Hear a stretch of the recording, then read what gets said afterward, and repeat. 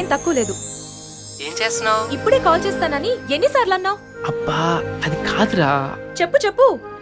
అసలు ఏం జరిగిందంటే కారణాలేం చెప్పకు, నిజాలు చెప్పు. చెప్పు. నిన్న నిన్న అని చెప్పావు. ఇప్పుడే చేస్తానని ఇప్పటికి 48 hours అయింది. ఇప్పుడు కూడా తమరేం చేయలేదు, నేనే చేశాను. సారీ శృతి. ఇందాక హనీ అన్నావు. సరే ఇప్పుడేం చేయమంటావు చెప్పు. నా ఎదురుగా రా. రావాలనుంది కానీ వచ్చే పొజిషన్లో లేను. హో, అర్థమైంది. ఇప్పుడు దెయ్యాల కోటలోనే ఉన్నావా? చాలా ఇంట్రెస్టింగ్ ప్లేస్ ఇది. దీని హిస్టరీ అంతా ఒక మిస్టరీలా ఉంది. కొద్దిసేపట్లో కనిపెట్టేస్తా. అక్కడే ఏదైనా ఆడదయ్యి ఉంటే దాంతోనే కాపురం చేసి పిల్లల్ని కూడా కనిపెట్టు. కోప్పడకరా.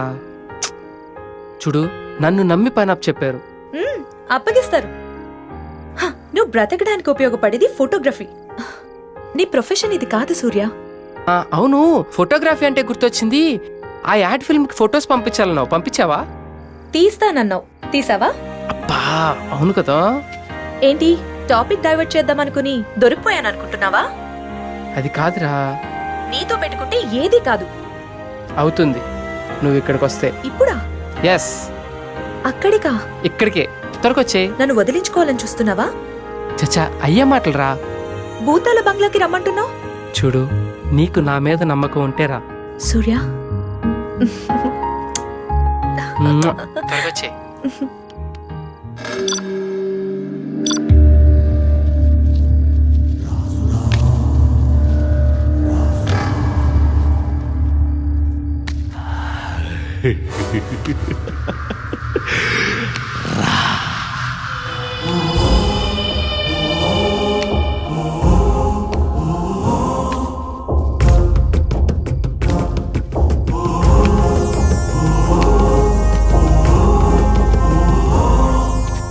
Wow, what a location.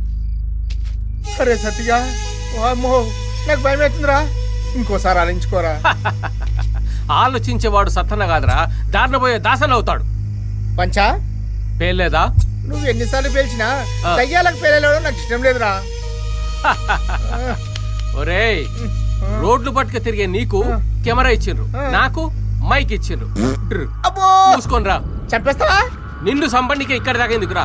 నా క్లోజప్ ఫోటో తీసి నీ క్లోజప్ లో పెడితే దెబ్బకి వస్తావు. అవును, ఇప్పుడు మన స్టోరీ. అరే సత్య, స్టోరీలు అంటే దేవుళ్ళ పైన, రాజకీయ నాయకుల పైన, స్కామ్ల పైన చేస్తారు గానీ ఈ దయ్యాల మీద ఏంట్రా? అరే పిచ్చోడా, ఉన్నది ఉన్నట్టు చెప్పినాం అనుకో ఎవరు చూడర్రా. అదే లేనిది ఉన్నట్టు చెప్పినాం అనుకో అమాంతం పెరిగిపోతుంది టీఆర్పీస్. నువ్వు భయపడడం ఆపు. జూనియర్ ఆర్టిస్ట్ వచ్చినా లేదా చూసుకో. ఈ లోపు చెప్పురా, మనం ఏం చేస్తామంటే, ఏం చేయాలి? స్నేహ టీవీ ప్రేక్షకులకు స్వాగతం, సుస్వాగతం. నేను ఇప్పుడు చరిత్రకే అందని చరిత్ర చెప్తాను. కళ్ళకరా. కాలానికే తెలియని కాలంలో ఒక రాజు ఉండేవాడు. ఈ కళ్ళకుండా చెప్పలేడు. వాడు పరమ కోపిష్టి. వాడు పరమ కోపిష్టి, క్రూరుడు, ఏంద్రా ఇది? దుర్మార్గుడు. అమ్మో, దరిద్రుడైన రాజుకో సాడిస్ట్ లక్షణం ఉండేది.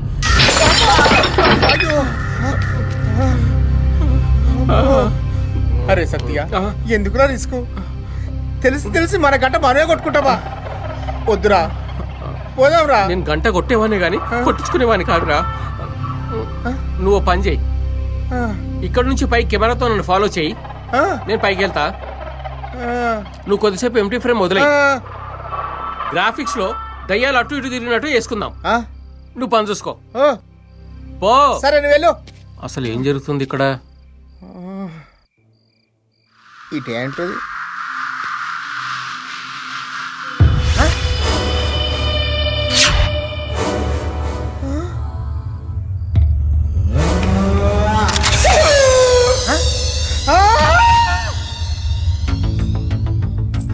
సూర్య, Surya, Surya. Wow, what an Nerolac paint. ఆహా, ఓహో, అందమంటే ఇదే. సూపర్, అదిరింది. దీన్ని కత్తి చేసుకొని గ్రౌండ్ ఫ్లోర్ దాసనకి ఇచ్చేయాలి, ఫస్ట్ ఫ్లోర్ నేను తీసుకోవాలి. Yes, good idea. Oh junior artist అప్పుడే వచ్చేసారా? అర్రే ఒక్కసారి లుక్ వేసుకోండి అమ్మా. ఎటతోనే ఎదరగొడుతున్నారు కదా మీరు. అబ్బబ్బబ్బబ్బ, మీరు ఆర్టిస్ట్ ఆడుకు తినేవాళ్ళ. ఎప్పుడు వచ్చారో చెప్పమంటే మెదడు పగిలేదా అరుస్తున్నారేమిటి? మీకు వచ్చింది ఇది ఒకటేనా? కనీసం మీకు తెలిసిన భంగిమైన పెట్టండి తల్లి ప్లీజ్. రెడీ భంగిమా. అర్రే వా వా వా. పింకు నువ్వు భంగిమా. సూపర్ భంగిమా.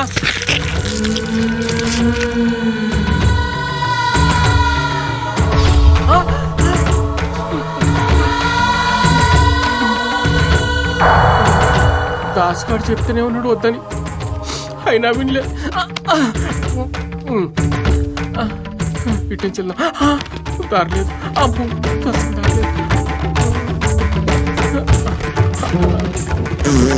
Silence silence. సారీ అక్కలు, I'm very sorry. Small request, పక్క గదిలోకి వెళ్ళాల్సింది, బై మిస్టేక్ ఈ గదిలోకి వచ్చినాక. It's very urgent. Please open the doors my dear sisters. Please. అక్కలకి ఇంగ్లీష్ వస్తుందో రాదో. ఐ రిక్వెస్ట్ అక్క, ఐ బెగ్ యూ అక్క. బాంచని కాలు మొక్తా అక్క. మీ ముద్దులు తమ్ముడు అనుకో వదిలేండి అక్క. రాలేదా? నువ్వెంత మంచిదాని అక్క. నువ్వు రాఖీ కట్టకపోయినా పైసలు ఇస్తాను అక్క. నీకు మాత్రం దండం.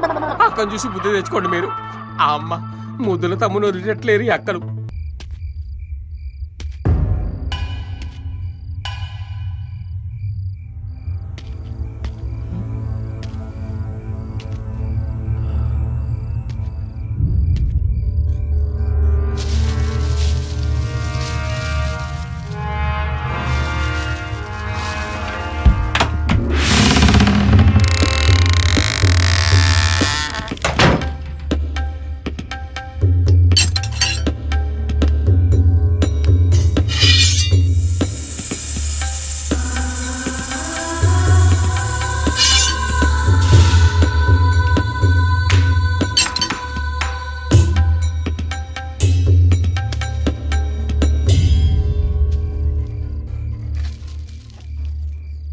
త్రివిక్రమ పాండియన్ చరిత్ర.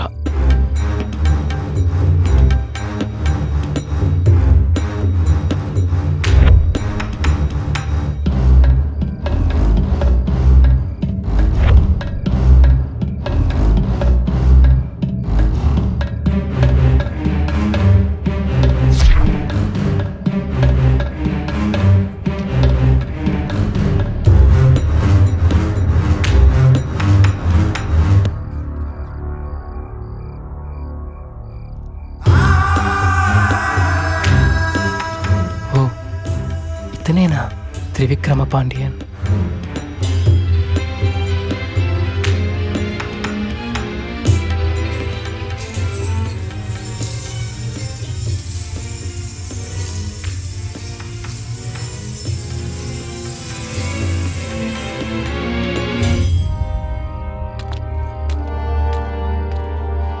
నీకెవరిని ఎదురుపడ్డారా? కింద ఒకడు పడ్డాడు, ఇక్కడ నువ్వు, నీ వెనకాల వాడు. సరే సరే, ముందు ఇక్కడి నుంచి పద. అబ్బో, ఈ మహల్ ఏంటి ఇలా ఉంది? అసలు ఈ మహల్ చరిత్ర ఏంటి? చెప్తాను. ఇది 16వ శతాబ్దానికి చెందిన మహల్. ఇక్కడ త్రివిక్రమ పాండ్యన్ అనే మహారాజు ఉండేవాడు. దానికి ఈ మహల్ అంటే చాలా ఇష్టం. ఆ రాజు ఎంతో ప్రేమతో దీన్ని నిర్మించుకొని పరిపాలిస్తుండేవాడు. అతడు బుద్ధిమంతుడు, గుణవంతుడు. తన సహాయం కోరి వచ్చిన వారికి ఆపద్బాంధవుడు. వీరుడైన త్రివిక్రమన్ యుద్ధంలో అడుగు పెడితే గెలుపు తనవైతే. అలాంటి రాజుకున్న ఒకే ఒక్క దుర్గుణం అహంకారం.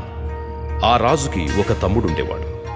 అన్ని కథల్లో లాగే ఈ కథలో కూడా ఆ రాజు సింహాసనంపై తన తమ్ముడి కన్ను పడింది. అన్న చేస్తున్న మంచి పనులు ప్రజల్లో పేరు పెంచితే తమ్ముడిలో కసి పెంచాయి. తన అన్న ఉన్నంతకాలం తను రాజు కాలేనని సైన్యాన్ని తన ఆధీనంలోకి తీసుకొని ఇదే మహల్లో తనను బందీని చేశాడు. ఆ అవమానాన్ని భరించలేని పాండ్యన్ మహారాజు తనను తాను సజీవ దహనం చేసుకున్నాడు. అప్పటి నుండి ఇదే మహల్లో ఆత్మలా తిరుగుతున్నాడని అందరూ అంటుంటారు.